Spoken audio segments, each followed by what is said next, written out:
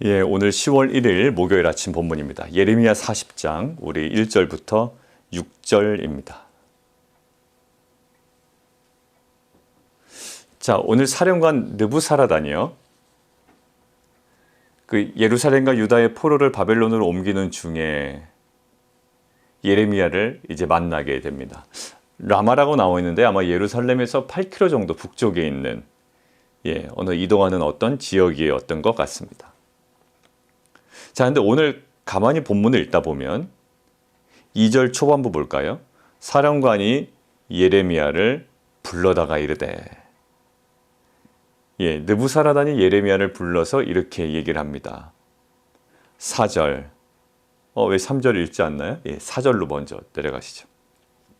예레미야를 불러다가 이르되 4절, 보라 내가 오늘 내 손에 사슬을 풀어 너를 풀어준다.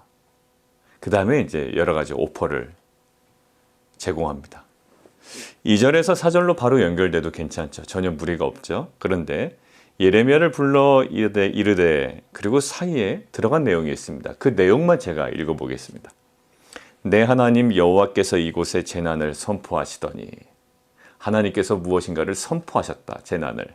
3절, 여호와께서 그가 말씀하신 대로 행하셨으니, 선포하신 대로 행하셨으니 이는 너희가 여호와께 범죄하고 그의 목소리에 순종하지 아니하였으므로, 그 심판의 원인이 무엇이었는지를 명확하게 이해하고 있죠.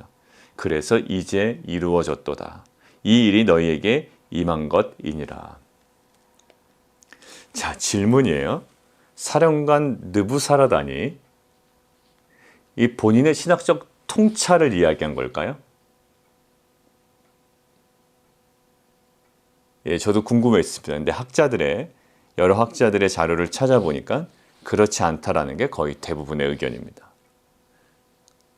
어떻게 이런 고백이 나올 수 있을까요? 하나님을 모르는 적군 바벨론의 사령관의 입에서 어떻게 이런 고백이 나오죠? 이런 진술이 나오죠? 그리고 지금 예레미야에게 어떤 좋은 오프를 제공해 줄 이 분위기에 어떤 이런 맥락에서 이런 명확한 핵심을 이야기할 수가 있었겠느냐 말이죠. 이겁니다. 적군의 사령관이 알 정도로 예레미야의 메시지는 지속적이고 변함없이 꾸준하게 선포됐다라는 거예요. 하나님의 말씀도 마찬가지예요. 실은 세상 사람들이 다 압니다. 마치 최근에 코비드-19 이후에 교회 여러 가지 모습들을 보고 공중파 뉴스에서 성경을 근거로 기독교인들에게 어떤 행동을 촉구하는 이런 메시지가 최근에 많이 나왔습니다. 그들이 근거 삼은 것이 뭘까요? 하나님의 말씀이에요. 성경에 이렇게 써 있던데 너희들은 왜 그렇게 행동하지 않느냐라고 우리에게 이야기를 합니다. 마치 불신자 남편이, 불신 배우자가, 또 아직까지 하나님 믿지 않는 이 자녀들이 믿는 우리들을 향해서 이렇게 얘기할 거예요. 아니, 목사님은 그렇게 말씀하시던데, 아니면 성경에는 이렇게 써 있던데, 그리고 성경의 메시지는 이렇게 일관되게 꾸준하게 이야기를 하고 있는데 도대체 당신은, 엄마 아빠는 왜 그렇게 사시느냐고 그렇게 물어볼 수도 있을 것 같아요. 세상 사람들이 다 알고 적군의 사령관 느부사라단도 다 알 정도로 하나님의 메시지는 명확했다라는 거예요. 그렇기 때문에 오늘 이 메시지가요, 그냥 아멘으로만 넘기기에는 굉장히 씁쓸한 면이 있습니다. 그러고 나서 예레미야의 그 이전에 우리가 묵상한 내용들을 보니까요, 이거였어요. 하나님께서 재앙을 선포하시고요, 그리고 꼭 이야기를 해주셨습니다. 이 재앙이, 이 심판의 원인이 어디에 있는지를 알려주셨다고요. 그리고 회복에 대한 메시지 주셨지만 회복 이전에 회개가 꼭 있어야 됨을, 순종해야 됨을 말씀을 해주셨어요. 그러니까 이것이 남유다 백성들에게도 명확했던 거예요. 바벨론 사령관에게 명확했다면 남유다 백성에게는 얼마나 더 명확했다라는 겁니까? 그런데 결국 어디에서 무너지나요? 말씀을 듣지 못했다. 이것도 아니었어요. 그들이 언약 백성이 아니었다? 아니에요. 언약 백성이었습니다. 그들에게 군사력이 부족했다? 그것도 실은 아니었습니다. 결국 그들이 무너지게 된 결정적인 요인, 예레미야를 통해서 말씀하고 오늘 바벨론의 사령관을 통해 입에서도 지금 이야기하고 있는 것은 뭐예요? 불순종입니다. 불순종이에요. 사랑하는 성도 여러분들, 우리는 순종할 수 있습니다. 무엇을요? 예레미야에 나온 것처럼, 또 에스겔에서 계속 반복돼서 우리가 참고로 본 것처럼, 하나님께서 성령을 우리에게 주셨기 때문에. 근데 우리가 우리의 모든 의지를 다하여 그냥 불순종하고 있는 것일 뿐입니다. 사랑하는 성도 여러분들, 이 기독교의 진리는 복잡하지 않아요. 신명기부터 지금 예레미야까지 우리가 계속 말씀을 아침에 묵상하고 있었는데 거기서 계속 우리에게 도전하는 건 뭡니까? 굉장히 복잡한 논리를 우리에게 제공하는 건 아니었어요. 지금 출애굽한 이스라엘 백성에게 가나안 땅으로 들어가서 살 때에 무엇 하나 강조하죠? 하나님을 사랑해라, 그리고 순종해라라는 거예요. 그 결국 어디서 무너집니까? 그들의 전략이 없어서 무너지는 게 아니에요. 그들에게 군사력이 부족해서 무너지는 게 아니고요.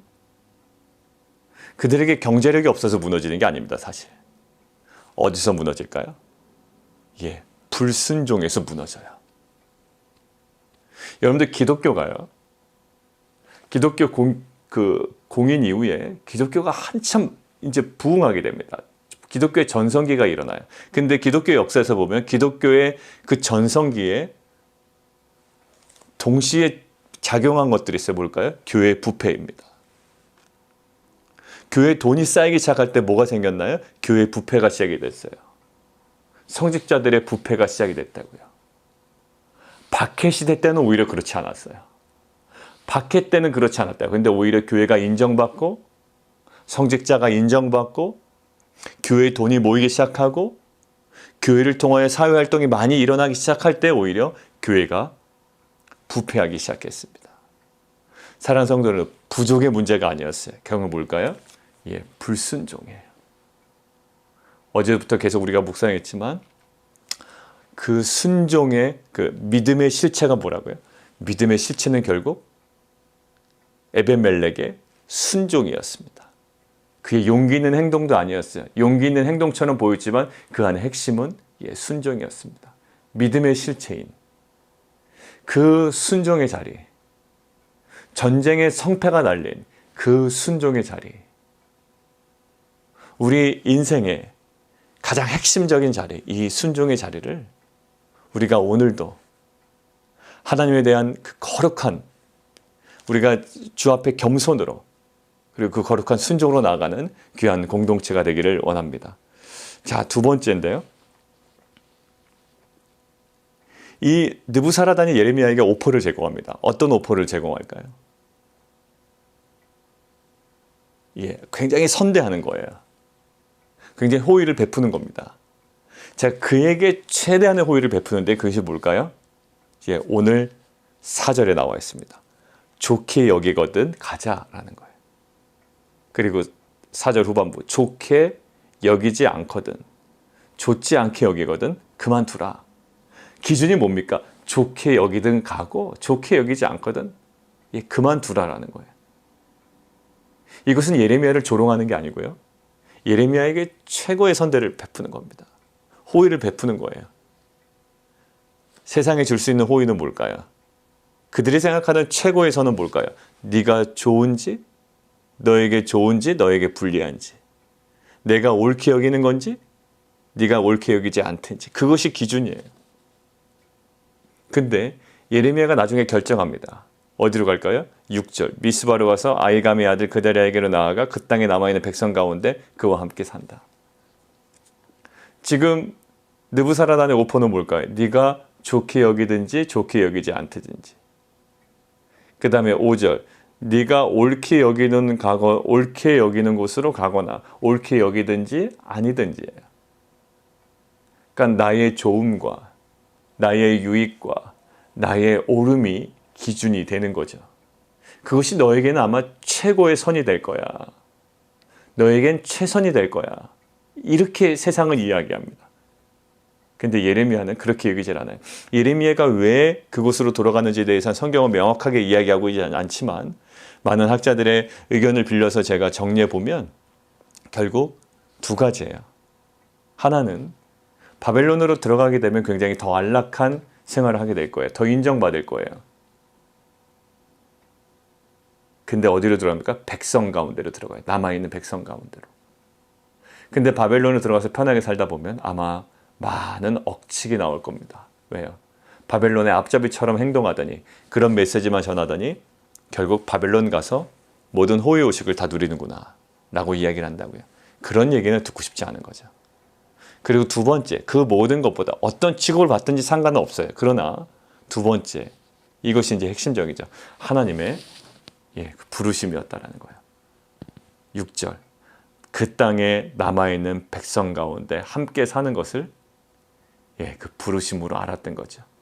또 다른 사명으로 인식했다라는 거예요. 우리도 적용했으면 좋겠습니다.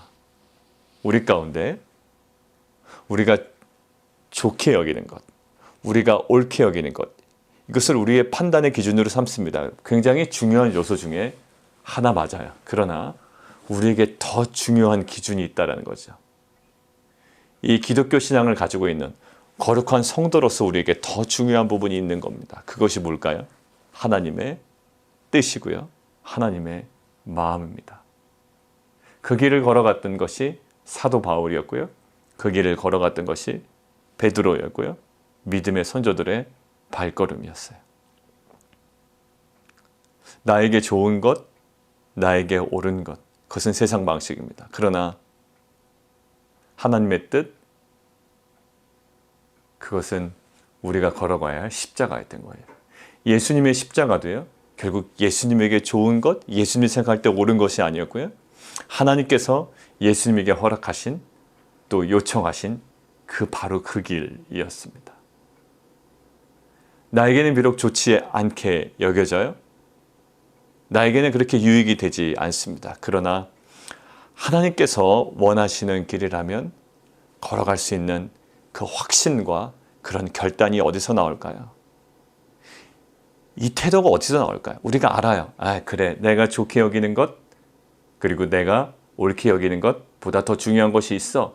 하나님 뜻이 더 명확해졌다라고 치면 우리가 그것을 정말로 순종해서 그 지점으로 걸어갈 수 있는 그 핵심은 어디 있을까요? 그 하나님을 사랑하는 거예요. 이 말씀에 대한 확신이에요. 그 하나님은 이 말씀을 우리의 가운데 성취하실 거죠. 왜? 이 말씀을 우리에게 주셨다면, 요구하셨다면 우리의 순종을 통해 하나님께서는 그 말씀을 이루실 거기 때문에. 여러분들, 우리 안에는 여전히 불안합니다. 왜? 나한테 좋을 거 하나도 없어요. 나에게 유익이 되는 것도 없고요. 내가 옳다라고 여기는 기준하고도 많이 벗어날지도 몰라요. 그러나 하나님의 말씀이 분명하다면 하나님은 그 말씀을 통해 우리 삶 가운데 분명하게, 아주 명확하게 흔들림 없이 종국에는 분명히 이루실 줄 믿습니다. 우리는 그때 누구를 신뢰해야 되나요? 여러 가지 가능성을 신뢰하는 것이 아니라 하나님의 말씀, 그리고 말씀을 통해 역사하시는 하나님을 더욱더 신뢰함을 통해 세상에서는 예레미야에게 줄 수 있는 최고의 선이 너에게 좋은 것, 내가 생각할 때 옳은 것이었지만 우리는 그 모든 기준을 뒤로하고 그 너머에서 역사하시는 그 하나님의 뜻을 분별하여 거룩한 순종으로 나아가는 귀한 공동체가 되기를 원합니다. 우리 함께 기도하겠습니다. 살아계신 하나님, 적군의 사령관이 인식하고 정확하게 고백할 수 있는 정도로 하나님의 말씀은 명확하고 흔들림 없이 꾸준히 남유다 백성에게 전달되었습니다. 그런 남유다 백성의 그 실패는, 그 심판은 그 어떠한 세상적인 부족에서 야기된 것이 아니라 하나님 말씀에 대한 불순종으로 시작되었습니다.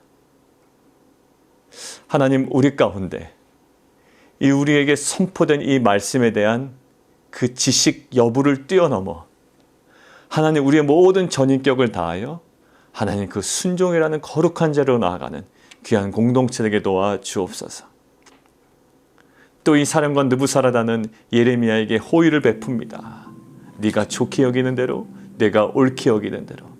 그러나 예레미야에게는 그것이 최선이 될 수 없었습니다. 그 너머에 역사하는 하나님의 뜻, 하나님의 마음,